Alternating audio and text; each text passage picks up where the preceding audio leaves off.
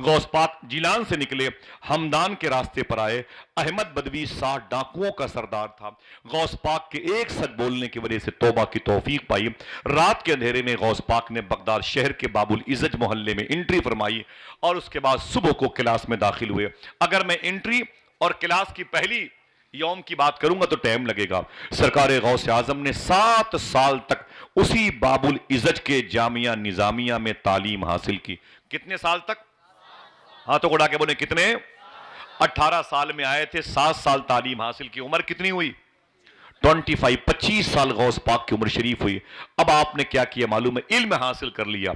आपने फरमाया दरस्तुल इल्म हत्ता सिरत कुतुबा, मैं इल्म हासिल करते करते कुतुब बन गया। ये कैसे?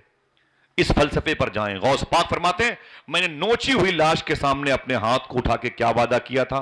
अगर आशिक बनने में दुश्वारियों का सामना करना पड़ता है तो अब्दुल कादिर आशिक बन के दिखाएगा।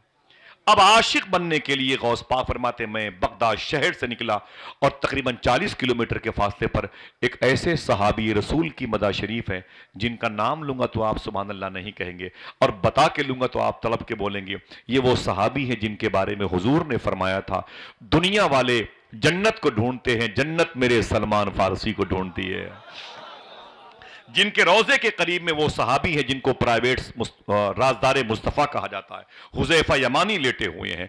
और उनके करीब में इमाम जाफर सादिक के भाई इमाम ताहिर लेटे हुए हैं। उनके करीब में जनाबे जाबिर अंसारी के बाप जनाबे अब्दुल्ला अंसारी, उन्हीं के नाम पर उनके सगे बेटे अब्दुल्ला अंसारी लेटे हुए हैं।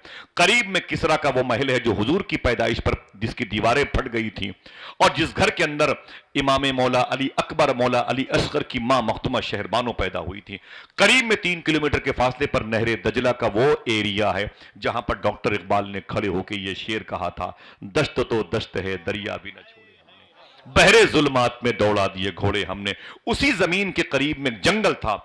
हुजूर गौस पाक फरमाते मैं उस जंगल में आ गया। क्या करने आए हैं? इश्क की मंजिल को तय करने के लिए आए। ये बच्चों का खेल नहीं। 800 रुपए किलो गोश्त खा के हड्डियां हिंदुओं के दरवाजे पर फेंक देने का नाम इश्क नहीं है। मुवज्जिन के लहजे के मजाक उड़ाने का नाम इश्क नहीं है। तालिब इल्म के फटे हुए कपड़े पर कमेंट्स करने का नाम इश्क नहीं है। समझ रहे? समझ रहे? अपनी बच्चों को आवारगी सिखाने का नाम इश्क नहीं है। सुने इश्क किसे कहते हैं? सरकार गौस आजम फरमाते 25 साल में इस मदाइन के जंगल में था। जब जाओगे तो चीख निकल आएगी आपकी उस जंगल के करीब का बेल्ट। अब देखोगे तो जहां इन सरकारों ने 12 देखा होगा। मालूम है हुजूर गौस पाक फरमाते 25 साल तक मैं इस जंगल में था। कभी कभी पूरे साल तक मुझे पानी पीने के लिए कतरा नहीं मिलता था, इजाजत नहीं थी। दरख्तों की पत्तियां खा करके मैं इस जंगल में रहता था। पेट पर मेरे 2-2 पत्थर बंधे होते थे। किसकी बात करता हूं? उस अब्दुल कादिर जिलानी की जिसके पास इतनी दौलत आने वाली थी कि सोने की खूंटी में गौस पाक की बकरियां बांधी जाने वाली। लेकिन इश्क की मंजिल कितनी मुश्किल है। आप जरा सा सब्र नहीं करते। थोड़ा सा माइक की आवाज कम कर दी जाए तो नमाजें पढ़ना छोड़ देंगे हम। सर्दी बढ़ जाए तो हम नमाजों से गाफिल हो जाते हैं। पैसे आ जाएं तो उलमाए किराम को जूतों की नोक पे रखते हैं। सरकार गौस आजम फरमाते मैं 25 साल तक इस जंगल में बड़ी मशक्कतों के साथ गुजारा। लोग मुझे पागल कहा करते थे, लोग मेरे ऊपर पत्थर मारते थे, चोर मुझे देख के भागते नहीं थे। लोग मेरी लाश को जब दमे नफ्स का शिकार होता तो मुझे उठा करके मुर्दा लावारिस लाशें जहां पड़ी होती वहां डाल देते थे और फिर मुझे मुर्दों को नहलाने वाला उठा के मेरे जिस्म पर पानी डालता था। मैं उठ के बैठ जाता था।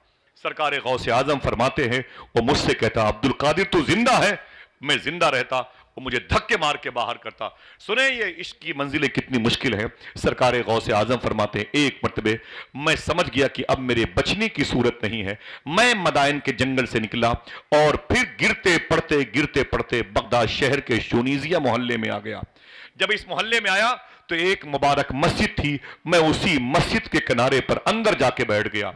जब मैं उस मस्जिद में जाके बैठा ना, सरकार गौस पाक फरमाते इतनी भूख लगी थी, मेरे मरने के सारे असबाब मेरे सामने थे, मेरी पलकें भी खुलने को तैयार नहीं थी।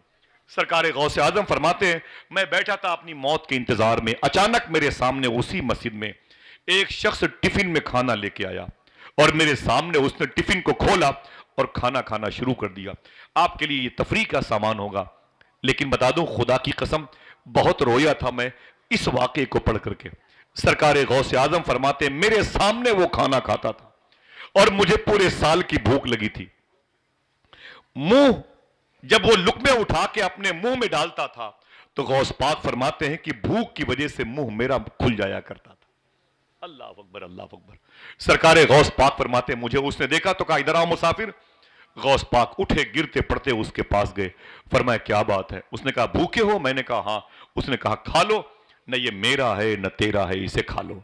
तो मैंने कहा, न मेरा है न तेरा है, तो है किसका और तुम हो कौन? तब उस मुसाफिर ने कहा था, ऐ मुसाफिर सुन, मैं इराक का नहीं हूं। मैंने कहा, फिर कहां के हो? उसने कहा, मैं ईरान का हूं। तो गौस पाक फरमाते, ईरान में कहां के हो? तेहरान के हो, मशहद के हो, जाम के हो, शिराज के हो, काशान के, कहां के हो? उसने कहा, नहीं नहीं, मैं तो जीलान का रहने वाला हूं। ये गौस पाक की पैदाइश का शहर था। फरमाया, तुम जीलानी हो? उसने कहा, हाँ हुजूर, मैं जीलानी हूं। यहां कैसे? उसने कहा, बिजनेस के लिए बगदाद आया था, और जब बगदाद आ रहा था तो मेरे मोहल्ले में एक शरीफों का खानदान रहता है। ये हसनी खानदान हुसैनी नूर से माला माल है। उस खानदान में बूढ़ी औरत रहती है। ऐ मुसाफिर सुन, जब पूरे जीलान वालों की दुआ कबूल नहीं होती है तो इस बूढ़ी औरत के दुपट्टे के सदके में अल्लाह दुआएं कबूल कर लेता है। बोले, उसका नाम क्या है? तो उस मुसाफिर ने कहा, उसका नाम फातिमा उम्मुल खैर है। बोले, उन्होंने मुझे बुलाया और बुला के बोले, बेटा मैंने सुना है कि तू बगदाद जा रहा है। मैंने कहा, हाँ अम्मी, मैं बगदाद जा रहा हूं। पर्दे की ओर से बोली, मेरे अब्दुल कादिर को खर्चे के पैसे दे देना, मेरे अब्दुल कादिर को इतने पैसे दे देना, इन दिनों बड़ा परेशान लगता है मेरा अब्दुल कादिर, और उससे कहना कि अपने काम में लगा रहे, अपने काम को करता रहे, और उसकी मां बड़ी खैरियत से है। गौस पाक फरमाते हैं, फिर वो कहता है, मैं बगदाद आ गया, मैंने अपनी बिजनेस की, और बिजनेस के बाद अब्दुल कादिर को ढूंढने लगा। जब बाबुल इजज गया तो लोगों ने कहा, उसकी तो दस्तार हो गई है। मैंने कहा, कहां है वो? बोले, नजफ में होगा, मौला अली के रोजे पर, वहां ना मिला। करबला गया, हुसैन पाक की बारगाह में, वहां ना मिला। किसी ने कहा आजमिया में होगा, इमाम आजम के यहां, वहां ना मिला। किसी ने कहा काजमैन में होगा, वहां ना मिला। बहुत ढूंढा अब्दुल कादिर को, अब्दुल कादिर न मिला। गौस पाक फरमाते हैं, फिर तो उसने कहा, उसे ढूंढने के चक्कर में मेरे पैसे खत्म हो गए। जब मेरे पैसे खत्म हो गए तो मैं अब्दुल कादिर के खर्चे वाले पैसे से खाना मंगा के खा रहा हूं। इसीलिए मैंने कहा, न मेरा है न तेरा है।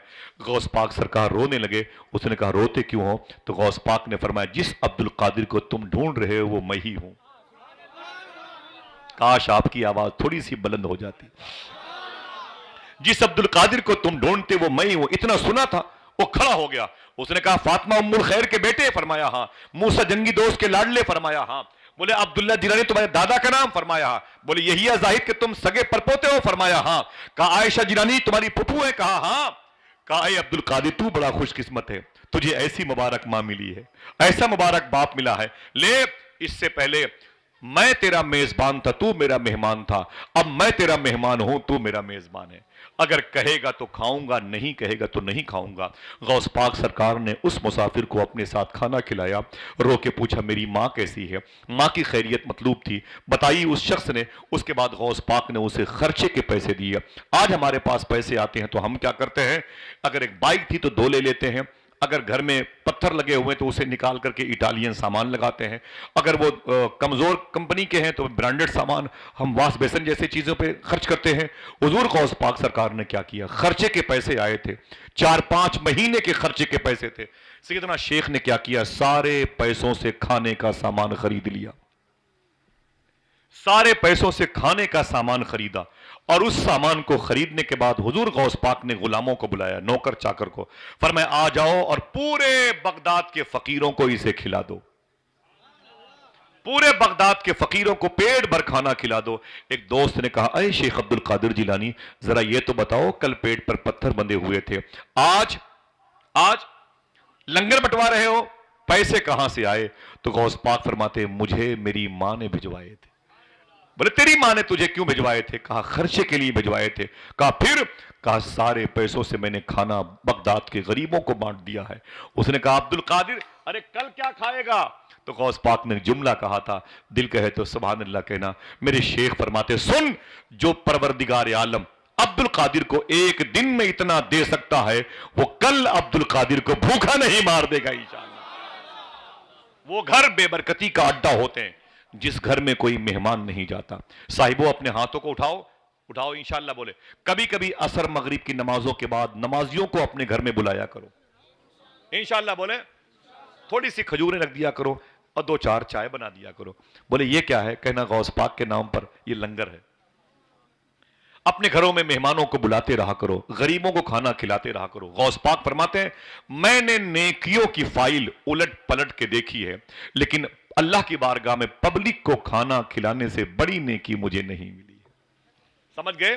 یہ لنگر وغیرہ کے اہتمام کرنا یہ بہت بڑی نیکی ہے. عمل کرو گے انشاءاللہ؟